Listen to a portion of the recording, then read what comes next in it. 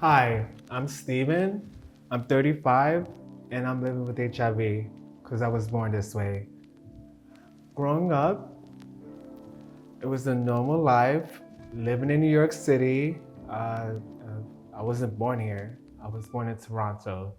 Uh, but I moved here, being raised by my grandparents.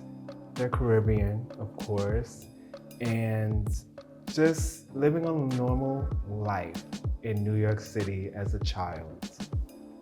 Um, they're pretty strict, but I felt that it was uh, it was it was correctly done because of who I am today. And the only thing that I can just remember just growing up as a teenager in New York City is taking medicine every day and going to my appointments, which I had no idea what I was going there for. Being a teenager in New York and coming and finding out about myself and being a black gay man in New York, finding myself, who I am, and experiencing all of that. Uh, those pills reminded me of why why am I taking these pills every day? It just was like, am I the only person that's doing this? You know, she made sure I was taking my regimens every single day, whether however she was gonna do it, whether it was crushing up the pills, which she wasn't supposed to do. Know that now as a spokesmodel and a person who is an educator, and just taking these pills and going. So when she told me this, where why I asked her, she told me that my mom was HIV positive and that I contracted the virus from her. At that moment, it was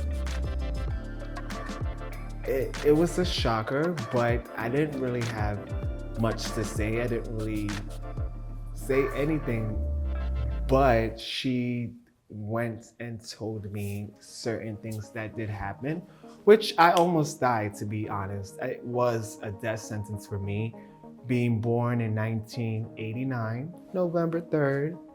Uh, by the grace of God and the medical professions at that hospital, I was able to survive, and I'm here.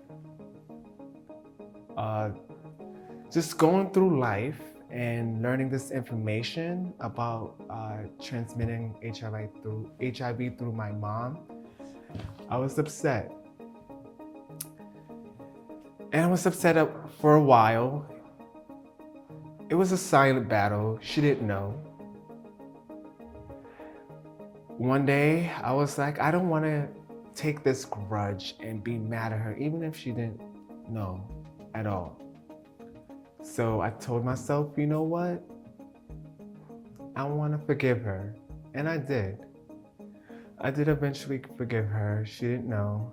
And I wanted to not, I would say, change a leaf of just knowing the information of me being HIV positive and just living through life and not letting it get to me and destroy me. Eventually, I had an opportunity to work at where I do get care, which is at the Brooklyn Hospital Center.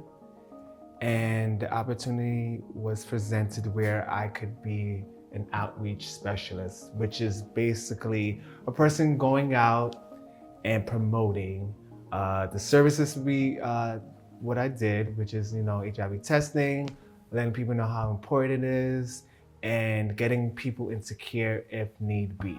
Currently, I'm working for the AIDS Healthcare Foundation as a HIV tester, educator, and letting people know how important it is to know your status. And if you're HIV positive, getting into care right away is amazing and staying undetectable. Or if you're negative, staying negative and using all the outlets as possible, where it's either using a condom, PrEP services that we do have, and just using these services that we do have. And now I'm happy as a HIV testing counselor because I feel like this is something that I was born to do. I took this